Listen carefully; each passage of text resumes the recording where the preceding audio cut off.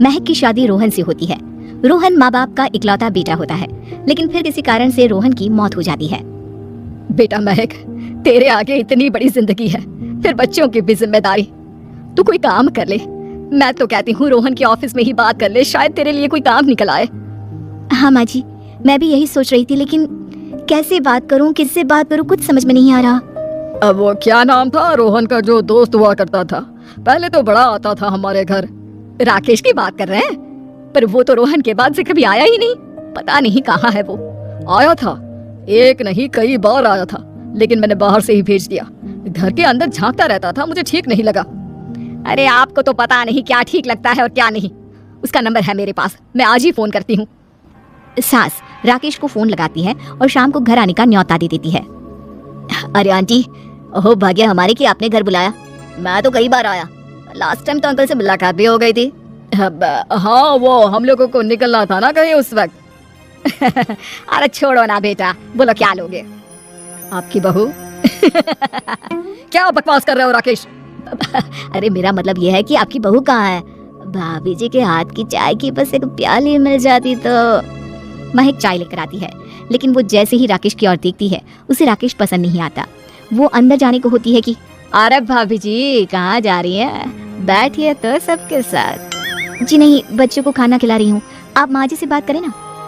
अंदर जाने के बाद सास कहती है, अरे बेटा राकेश, वो क्या है ना, वैसे तो तेरे अंकल जी की पेंशन आती है, साथ ही ऊपर 2 मंजिल मकान से किराया भी, तो हम लोगों का तो अच्छा चल जाता है। लेकिन महक, उनकी चिंता आप न करें आंटी, आदेश दें बस आप तो। देखो भाग्यवान रहने दो, कोई बात नहीं, मैनेज हो जाएगा। अरे क्या मैनेज हो जाएगा अंकल, हमें भी बता दें। आप चुप रहिए जी। अब वो क्या है ना राकेश, तुझे तो पता है कि रोहन के 2 बच्चे हैं, उनकी पढ़ाई लिखाई का खर्चा बहुत है। हम ये चाह रहे थे कि रोहन की ऑफिस में महक को भी अगर कोई काम मिल जाता तो। क्यों नहीं आंटी जी, मैं हूँ ना, मैं बात कर लेता हूँ। वैसे तो आप हाँ ही समझिए। महक भाभी को बोल देना कि कल तैयार रहें मेरे साथ ऑफिस चलने के लिए, मैं मालिकों से मिलवा दूंगा उन्हें। महक अंदर से सब सुन रही थी। अच्छा आंटी जी, तो चलता हूँ, कल आ जाऊंगा। अच्छा भाभी जी तैयार रहिएगा कल। राकेश तो चला जाता है, लेकिन ससुर सास पर बरस पड़ते हैं। मुझे ये आदमी एक पैसे का पसंद नहीं है। तुम इसे बोल दो कि हमें कहीं नहीं करवानी बहू से कोई नौकरी। अरे क्यों नहीं करवानी? सारा पैसा मैं इसके बच्चे और इसी पर उड़ा दूंगी, तो मेरी बेटी को क्या दूंगी? जरूरत क्या है तुम्हारी बेटी को तुम्हारे पैसे की? अरे वो तो पहले ही बड़े पैसे वाले घर की बहू है। अपनी बहू की सोचो जो अब तुम्हारी बेटी जैसी है। बच्चे रोहन की आखिरी निशानी है। अरे अपना भाषण अपने पास रखो, सारा दिन घर पर बैठी रोटियां तोड़ेगी, तो काम करे ना कुछ बाहर जाकर। बहू सब सुन रही होती है। वो अगली सुबह बिना मन के तैयार तो हो जाती है, लेकिन जैसे ही राकेश आता है, क्या बात है भाभी जी, रेडी हैं? तो फिर चले डेट पर, मतलब इंटरव्यू पर। महक सामने आती है कि सामने ससुर जी खड़े होते हैं। हाँ महक बेटा, आओ चलते हैं, मैं भी चल रहा हूँ। ससुर को तैयार देखकर राकेश का चेहरा बन जाता है। अंकल जी आप परेशान हो जाएंगे। अरे रहने दीजिए ना, धूप भी बहुत है। वैसे भी स्कूटर में तो 2 लोग ही बैठ सकते हैं ना। तो तुम चलो, मैं बहू के साथ अपनी कार से आ जाता हूँ। महक ससुर जी को देखकर खुश हो जाती है, उसे शांति हो जाती है। वो लोग रोहन के ऑफिस जाते हैं, जहाँ बॉस कहते हैं, नमस्ते अंकल। नमस्ते महक, कैसे हैं आप लोग?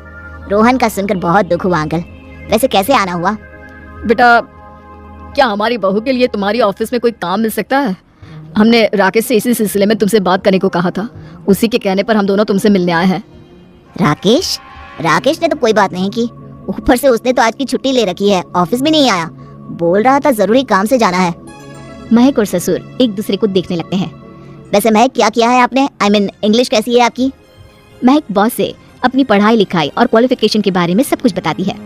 ग्रेट, आपके लिए काम तो है लेकिन ऑफिस में नहीं। सर मेरे बच्चे छोटे हैं, मैं फील्ड में काम नहीं कर सकती हूँ। मतलब वो काम घर से करना है, घर से रहकर बच्चे भी देखें और घर भी देखें, लेकिन हाँ काम जरूर से करें। वो काम डाटा एंट्री का है, तो जब भी वक्त मिले काम करें, और इसके हम आपको अच्छे पैसे भी देंगे। महक बॉस की बात सुनकर खुश हो जाती है, उन्हें थैंक्स बोलकर घर आ जाती है। किसके साथ भेज रही थी तुम महक को? अरे वो कमीना, उसने तो ऑफिस से छुट्टी ले रखी थी, बात भी नहीं की थी उसने बॉस से बहू के काम के लिए। वो तो अच्छा हुआ कि मैं साथ में चला गया। हाँ ठीक है, नौकरी मिल गई ना, इतना ही काफी है। समय बीतता है और एक दिन फिर दरवाजे पर दस्तक होती है। घर पर कोई नहीं था। महक दरवाजा खोलती है, देखती है तो सामने है राकेश। नमस्ते भाभी जी। नमस्ते, घर पर कोई नहीं है, आप कल आइएगा, अरे अरे अरे, कैसी बात कर रही हैं भाभी जी, हम तो आपकी मदद के लिए आए हैं। वो क्या है ना, अंकल जी का फोन आया था कि आपको किसी मदद की जरूरत है। महक को आश्चर्य होता है कि उसके ससुर ने राकेश को फोन क्यों किया। वो ससुर जी को फोन करती है लेकिन फोन नहीं लगता। नहीं नहीं, हम लोगों को किसी भी चीज की जरूरत नहीं है, आप जा सकते हैं। अच्छा अच्छा, एक कप चाय तो पिला दीजिए। महक चाय लेकर आती है। चाय पीने के बाद, रोहन मेरा बहुत अच्छा दोस्त था। उसने मुझसे कहा था कि वो रहे ना रहे, उसके घर वालों का, खास करके आपका ख्याल मुझे ही रखना है। तो मैं कल फिर आऊंगा भाभी जी। नहीं, माता पिताजी है नहीं, वो 4-5 दिन बाद आएंगे। आप उन लोगों के आने के बाद ही आइएगा। मुझे ये सब ठीक नहीं लगता। अरे छोड़िए ना भाभी जी, लोगों का तो काम है कहना। मेरा मतलब है वो तो बोलते ही रहेंगे। आता हूँ मैं कल। महक को अब गुस्सा आ जाता है। हमेशा शांत और मधुर बोलने वाली महक पहली बार जिंदगी में फैसला लेती है और फैसला होता है राकेश को सबक सिखाने का। बड़े बेशर्म है आप। किसने कहा आपको कि आप आए? अरे भैया, साफ साफ बोला ना कि नहीं जरूरत है किसी की मदद की। मैं अकेले सक्षम हूँ अपना घर संभालने के लिए।